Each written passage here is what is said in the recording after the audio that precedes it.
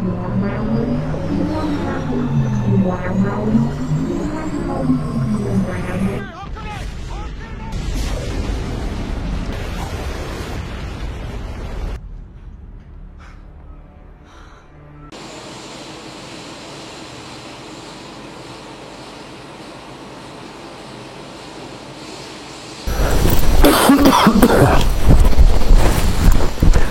va vraiment falloir que je passe mon permis soucoupe cette fois.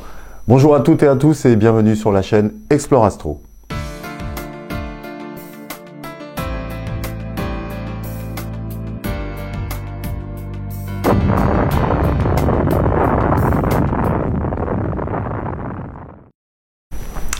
Alors aujourd'hui nous allons voir en particulier du début jusqu'à la fin une sortie astronomique, donc la préparation de la mission si je puis dire, les différents logiciels qu'on utilise avant et pendant, et puis donc la mise en station d'une monture équatoriale et tout simplement aussi l'installation d'une monture azimutale. Alors on arrive toujours en avance sur un point stratégique. Là on a choisi de se placer pour observer ou astrophotographier pour deux raisons. La première, c'est qu'il faut toujours arriver à au moins 1h30 ou 2 heures avant le coucher du soleil, c'est bien pratique pour pouvoir installer tout notre matériel. Et ensuite, il faut également mettre en température, que ce soit un télescope ou une lunette, de façon à pouvoir mettre en équilibre la température entre le miroir pour les télescopes Newton et les lunettes. Donc il faut une bonne demi-heure pour un télescope et au moins 1h30, entre 1h et 1h30 pour une lunette astronomique, étant donné que le tube est fermé, contrairement à un tube Newton qui est ouvert.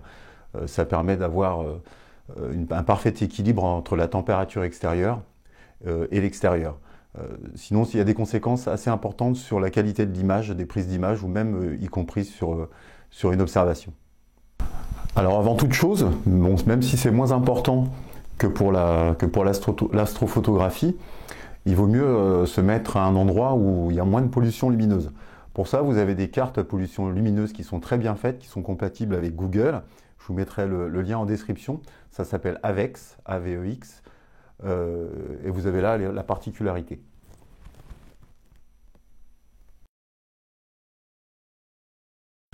Alors c'est très important aussi, il va falloir voir la météo de la nuit, également ce qu'on appelle le seeing, la qualité du ciel. Donc vous pouvez trouver ça sur un site qui s'appelle Météo Blue. Donc je vous montre ici en quoi ça consiste. Vous allez d'abord dans la section plein air et sport, ensuite Astronomical Seeing. Vous aurez la possibilité de mettre votre ville. Vous avez les 3 nuages principaux en hauteur, les médiums, les bas et les hauts.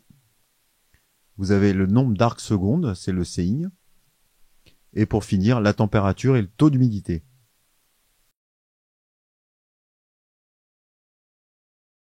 Enfin, le logiciel X-Asteria sur iPad ou iPhone, qui a les mêmes caractéristiques mais qui est moins précis que Météo Blue. Alors, quelque chose de très important également, lorsque vous vous trouvez à l'extérieur, que vous connaissiez bien le ciel ou pas, moi personnellement j'utilise des cartes du ciel, soit sur un iPad, soit sur un iPhone. Vous avez Stellarium qui est très bien. Par contre, il est payant sur portable et également sur iPhone ou Android. Par contre, Stellarium a l'avantage est gratuit sur PC. Ensuite, vous avez Sky Safari qui est l'idéal aussi, qui est un peu plus complet que Stellarium. Il y a davantage d'astres parce que vous avez par exemple la version 6 qui est quand même relativement chère, mais il y a beaucoup plus d'astres que répertoriés sur d'autres choses. Ensuite, vous avez Sky Portal qui est exactement la même chose que Sky Safari, mais qui a l'avantage d'être une version gratuite sur portable, iPhone ou Android. Et pour finir, vous avez Carte du ciel. Alors Carte du ciel, c'est gratuit, il me semble, sur absolument tous les supports, aussi bien sur Android que sur iPhone ou sur PC. Donc c'est une application qui est très sympa aussi. Moi, je navigue un peu avec les trois. J'avoue que j'ai une préférence avec Sky Safari, parce que bon, c'est quand même très très bien fait. Et vous avez l'avantage aussi, lorsque vous prenez un astre et que vous le centrez, vous avez également toute la description de l'astre qu'on peut ne pas avoir sur Stellarium, mais par contre qu'on peut avoir donc sur Sky Portal ou sur Sky Safari. Alors si ce n'est pas déjà fait, je vous invite à regarder l'épisode 2 du choix du matériel. J'explique comment fonctionnent les différentes montures, les deux types, azimutale et équatoriale. J'explique pourquoi les équatoriales sont un peu plus compliquées à monter et surtout la raison pour laquelle on utilise une monture équatoriale. J'explique également comment trouver l'étoile polaire. Séance déballage de monture azimutale.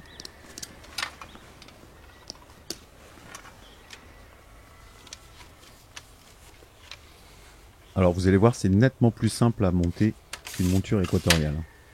Là en l'occurrence, il n'y a absolument pas besoin de mettre à niveau, contrairement à l'autre.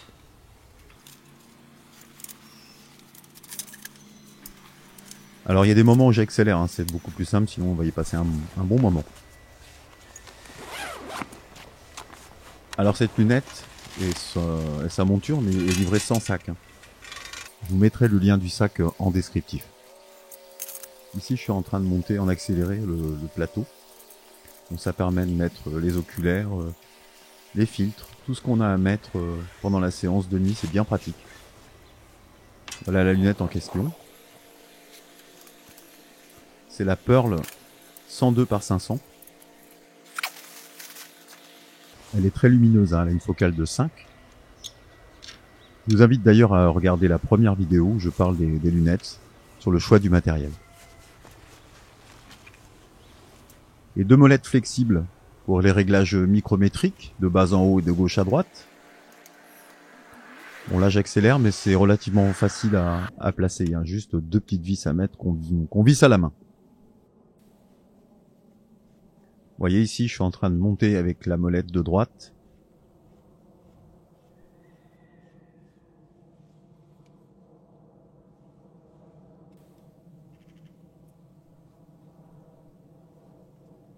Alors ce qui n'empêche pas de bouger la lunette à la main. Hein. Les deux molettes servent à faire des mouvements précis, plus précis.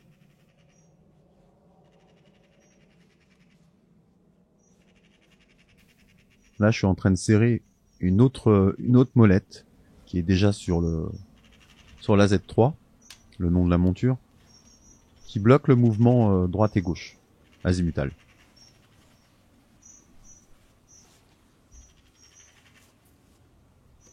Alors, des petits accessoires indispensables hein, dont on ne vous parle pas souvent lors de l'achat d'une lunette.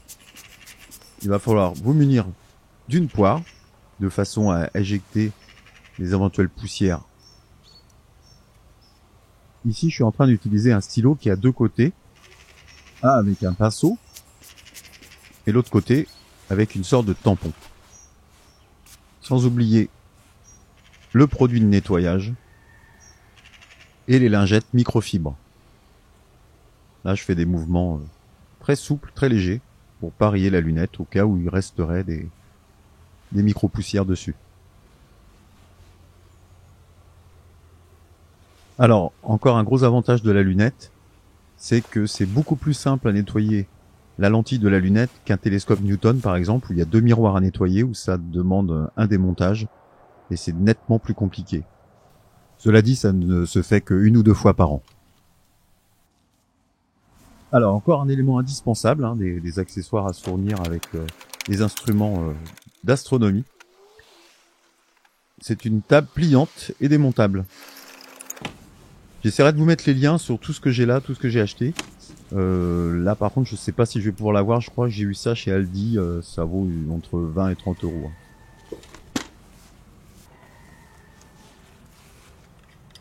Ici je vais placer le renvoi coudé.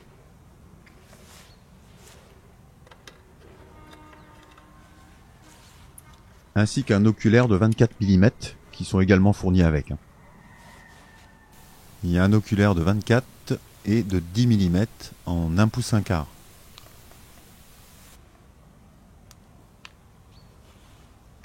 Donc là je suis en train de placer l'oculaire.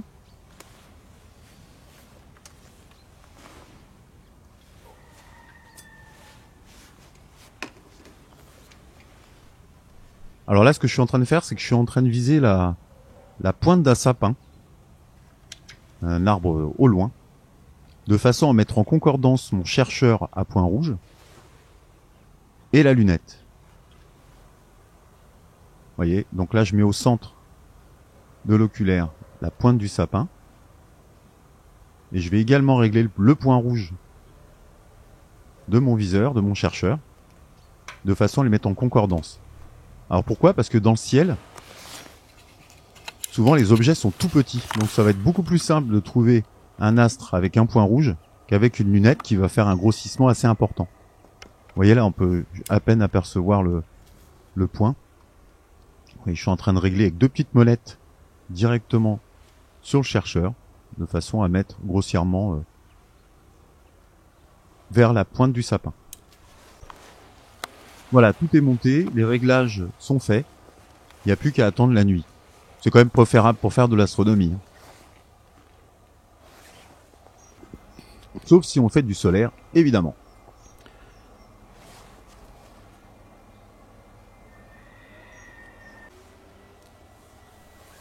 Alors là, on passe à la monture équatoriale. Ce que je viens de présenter, là, c'est un protège-genou pour carreleur. C'est indispensable quand on règle l'étoile polaire, ça évite de s'abîmer les genoux et en même temps d'abîmer le pantalon. Alors ici, c'est une Skywatcher EQM35 Pro Goto. Donc c'est une monture équatoriale motorisée. Là, je me rapproche de la monture pour montrer qu'il y a un côté nord, indiqué directement dessus.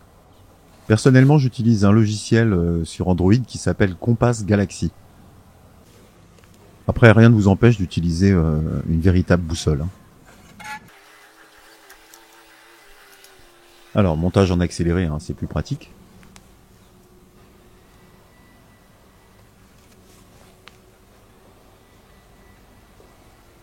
Alors là, je vais mettre à peu près 2 niveaux. J'affinerai après quand la monture sera posée. Là, je suis en train de préparer le porte-oculaire.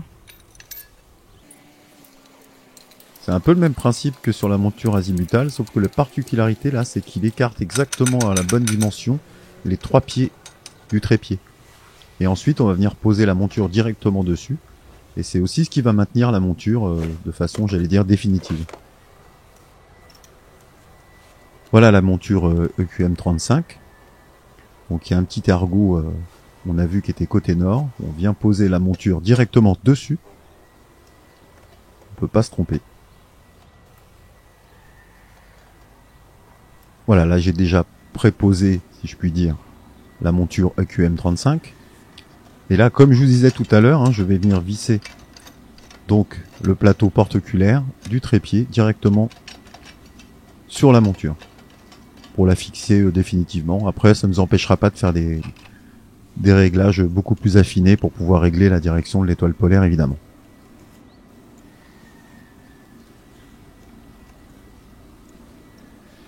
Voilà, c'est fixé. Je regarde le niveau à bulle. Il y a juste un niveau à bulle sur le côté de la monture. C'est bien pratique. Ça évite de se trimballer avec son niveau. Alors, j'ajuste approximativement, puisque ensuite on va avoir le poids de la monture et le poids des contrepoids qui vont venir un petit peu fausser le pré-réglage. Ça permet d'avoir une idée un peu plus précise du niveau de la monture. Voilà, ici je suis en train d'installer la tige de contrepoids. Alors ces contrepoids vont pouvoir permettre d'équilibrer parfaitement l'axe d'ascension droite de la monture, de façon à que le suivi soit parfait, qu'on n'ait pas de déséquilibrage d'un côté du télescope et de l'autre côté. Voilà, là je place le télescope. Là en l'occurrence c'est un Ritchey Chrétien en carbone, plus précisément appelé le RC8. Alors je parle de ce tube dans le dernier épisode concernant les choix du matériel. L'avantage c'est donc qu'il est en carbone. Là en l'occurrence sur le QM35 de mémoire, je crois qu'elle supporte une dizaine de kilos.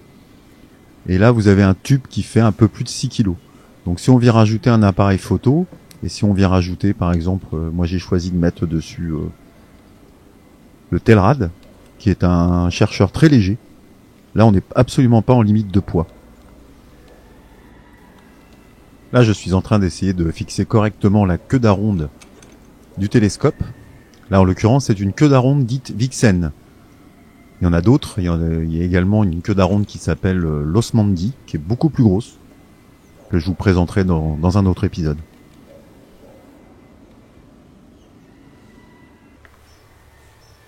Donc voilà, le télescope étant bien fixé, je vais pouvoir y placer les différents accessoires de façon à faire l'équilibrage. Là, je vous ai mis en gros plan mon chercheur Telrad. C'est un chercheur, non pas un point rouge, mais avec un viseur sensiblement identique à un fusil. Donc je vous montrerai ça de toute façon pendant le réglage tout à l'heure. Alors là, je place les contrepoids. Alors normalement, on met les contrepoids avant, mais comme mon matériel est léger, je me suis permis d'abord de commencer par le télescope. Donc ne pas se mettre surtout devant le contrepoids pendant qu'on les met, parce que si ça tombe, vous l'avez directement sur le pied. C'est tout bête, mais faut y penser. Une fois que les contrepoids sont placés, on va pouvoir procéder donc à l'équilibrage de l'ascension droite. Dans un premier temps. Vous voyez là, on peut remarquer que le télescope est beaucoup plus lourd que côté contrepoids.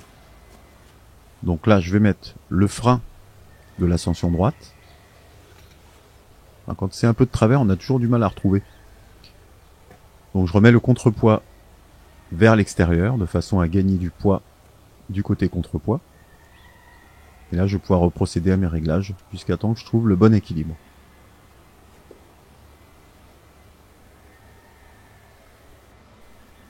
Donc là, je suis à peu près bon. Je vais le refaire ensuite parce que je vais mettre à l'horizontale donc l'équilibrage de l'ascension droite. Et là, je vais essayer d'équilibrer également le télescope. Alors c'est la même chose, hein, j'essaie de trouver le bon équilibre, vous voyez, entre l'appareil photo et le télescope.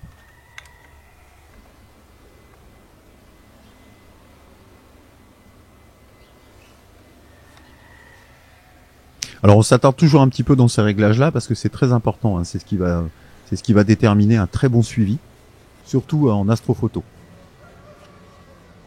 Ensuite, je branche la raquette Skywatcher Goto, donc c'est ce qui permet de trouver les astres plus facilement, automatiquement, à condition d'avoir fait les bons réglages, étant donné que les astres sont déjà préprogrammés dans la raquette.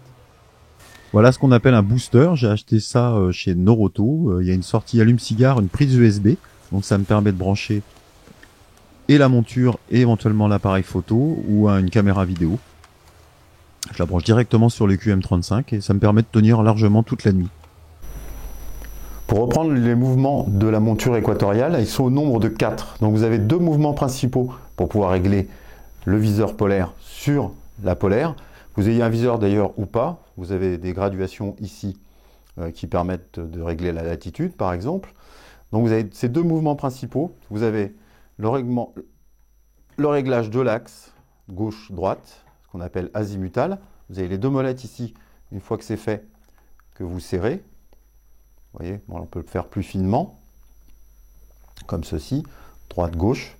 Une fois que vous avez le bon angle, vous revissez tout.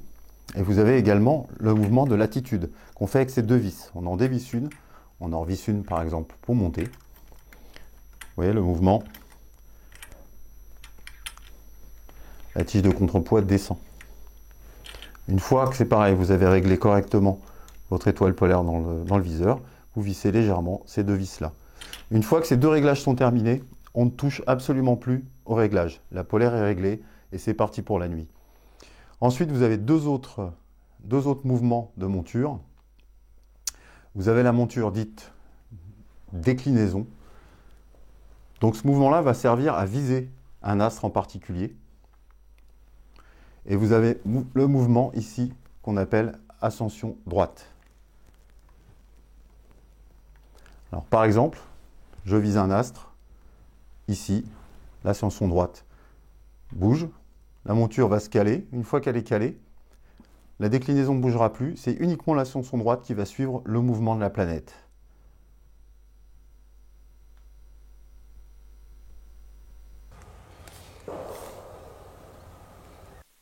Alors ici, vous avez une application que moi j'utilise régulièrement qui s'appelle SyncScan Init. Vous pouvez la télécharger sur Android. Ça me permet d'avoir le nombre de degrés exacts où je me trouve, sans oublier de mettre le GPS sur le portable.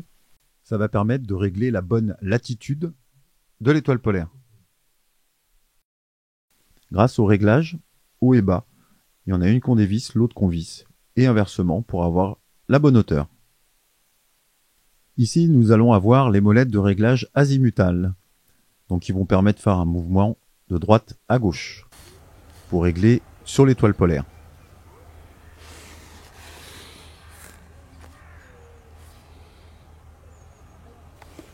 Ici, nous avons le bouton ou la manette de serrage de l'ascension droite, la manette de serrage de déclinaison, la manette de serrage de la queue d'aronde qu'on a vu tout à l'heure, les fameux contrepoids et la commande du Skywatcher qui est à l'extérieur donc de la monture.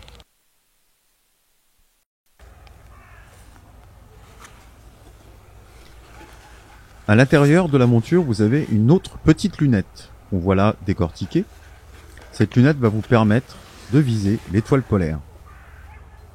Alors ce viseur polaire n'est pas éclairé comme dans certaines montures haut de gamme. Donc ce qu'on fait, c'est qu'il faut acheter une lampe frontale qu'on va se servir pendant les séances d'observation ou les séances d'astrophotographie. On va s'en servir comme éclairage pour le viseur polaire. Vous allez voir comment on place comme on peut la lampe en biais de façon à pas gêner. Faut pas que ce soit trop éclairé. Et ensuite on voit l'intérieur de nuit évidemment. Là je le fais de jour. De façon à regarder ce que ça donne. Comme ça, tout est pré-réglé pour la nuit.